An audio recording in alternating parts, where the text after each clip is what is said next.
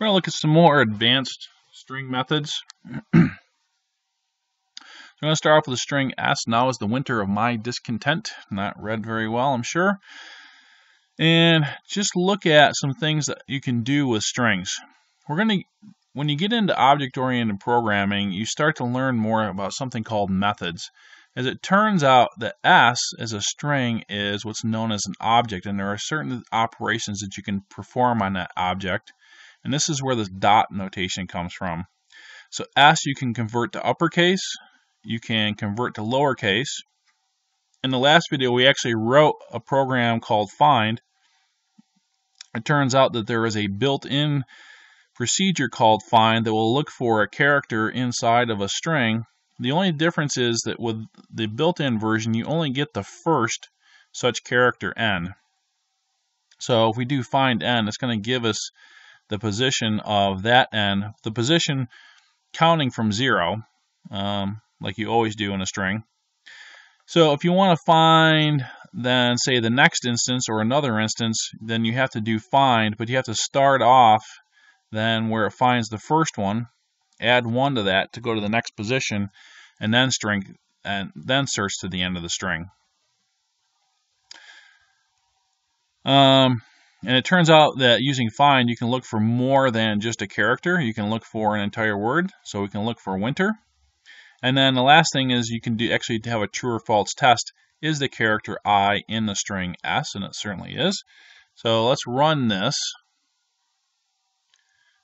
String methods. And see what we get. So we convert the entire string to uppercase. And we get the uppercase version of now is the winter of my discontent. And we can convert it to all lowercase. If we find n, then it is 0, 1, 2, 3, 4, 5, 6, 7, 8, 9, 10, 11, 12, the 13th spot. And then if we go search for another n after that, so going from 14, so 14, 15, 16, 17, 18, 19, 20, 21, 22, 23, 24, 25, 26, 27, 28, 29 is the next spot. I probably should have used length of S here instead of length of S minus 1, but I got lucky and it worked anyways. And then if we find winter, that starts at position 11. Counting from 0, and is I in S, that returns the built-in value true, which then you could test in an if statement or a while statement or something like that if you wanted to. Okay, there are other string methods that are very useful for certain kinds of tasks. So for example, there's the strip method, which removes so-called white space or extra characters. Strip will take off blank spaces. It'll take off special characters like this new line character.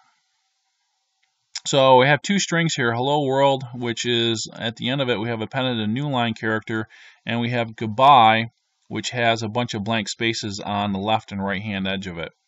So I'm going to print S, and I'm going to print s.strip. So print automatically prints a new line. When I print S, that has a new line in it, I should get a blank line in between this and this. And then I call this strip method on hello world. So we'll see what strip does. But strip, what it's going to do is take any white space characters off the left and right hand side of hello world. So it's going to strip off this built-in new line character. And then we're going to print T immediately after that with all of its blanks. And now we're going to see that there's actually a couple of different versions of strip. You can just strip off from the left-hand side or the right-hand side. And so what these are going to do, left strip will take the blanks off the left part of goodbye. Right strip will take the blanks off the right part. Strip is going to remove the blanks from the left and from the right. And I've surrounded the string T-strip with brackets so that you can see the removal of the blanks easier. And then down below, we're going to use an example of strip. So when you do an input command, please input the town that you live in, that is a string. So this input is a string, and as a string, we can call the strip method on it. And there's good reason for doing that. if somebody typed in and was typing in the name of their town, and they happen to put a blank at the beginning of it or a blank at the end of it, it's very unlikely that they would remember to do that the next time they visited your website or whatever you were using this information for.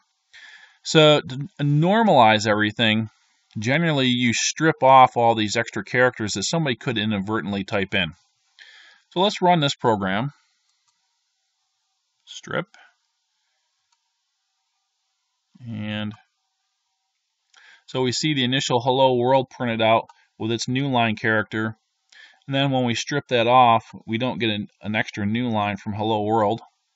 Here's the original version of T with all its blank spaces, and you can't see the blank at the end of goodbye. But when we strip off all those characters, so strips things off from the beginning and the end, and then the left strip is going to just strip the spaces off from the left side, right strip just from the right side. And this is what I was talking about before. So if I wanted to type in the town that I live in, maybe I put a bunch of spaces in there or some other characters, and I hit a space after ArcPort, and you can't see this on the keyboard, but I'm going to type a bunch of control characters that really ought to be in my input, and hit return, and strip just gives me back ArcPort, which is exactly what you want. You don't want any of those extra characters in the field. And I'm going to run this again. I'm going to put some spaces at the beginning again. Put some spaces at the end. So notice that you can have two words with a space in between them, ArcPort Central. That's fine. It just doesn't have any leading spaces or end spaces.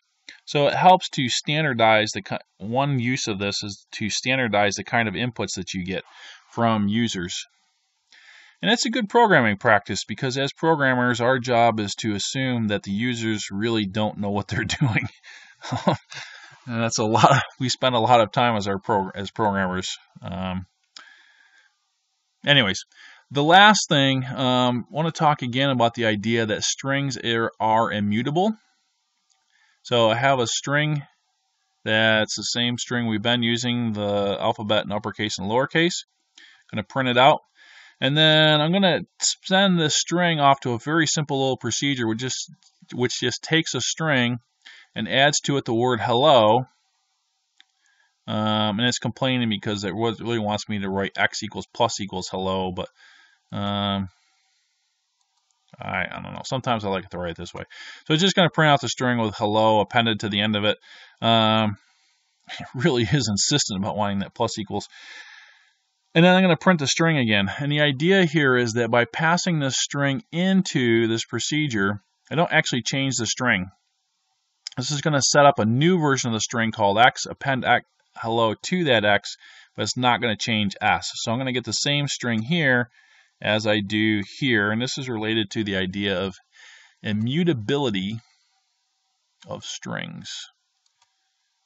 So it doesn't matter what I do to this parameter x inside of here, s back in the calling program is going to remain unchanged. All right, so a little more info on strings.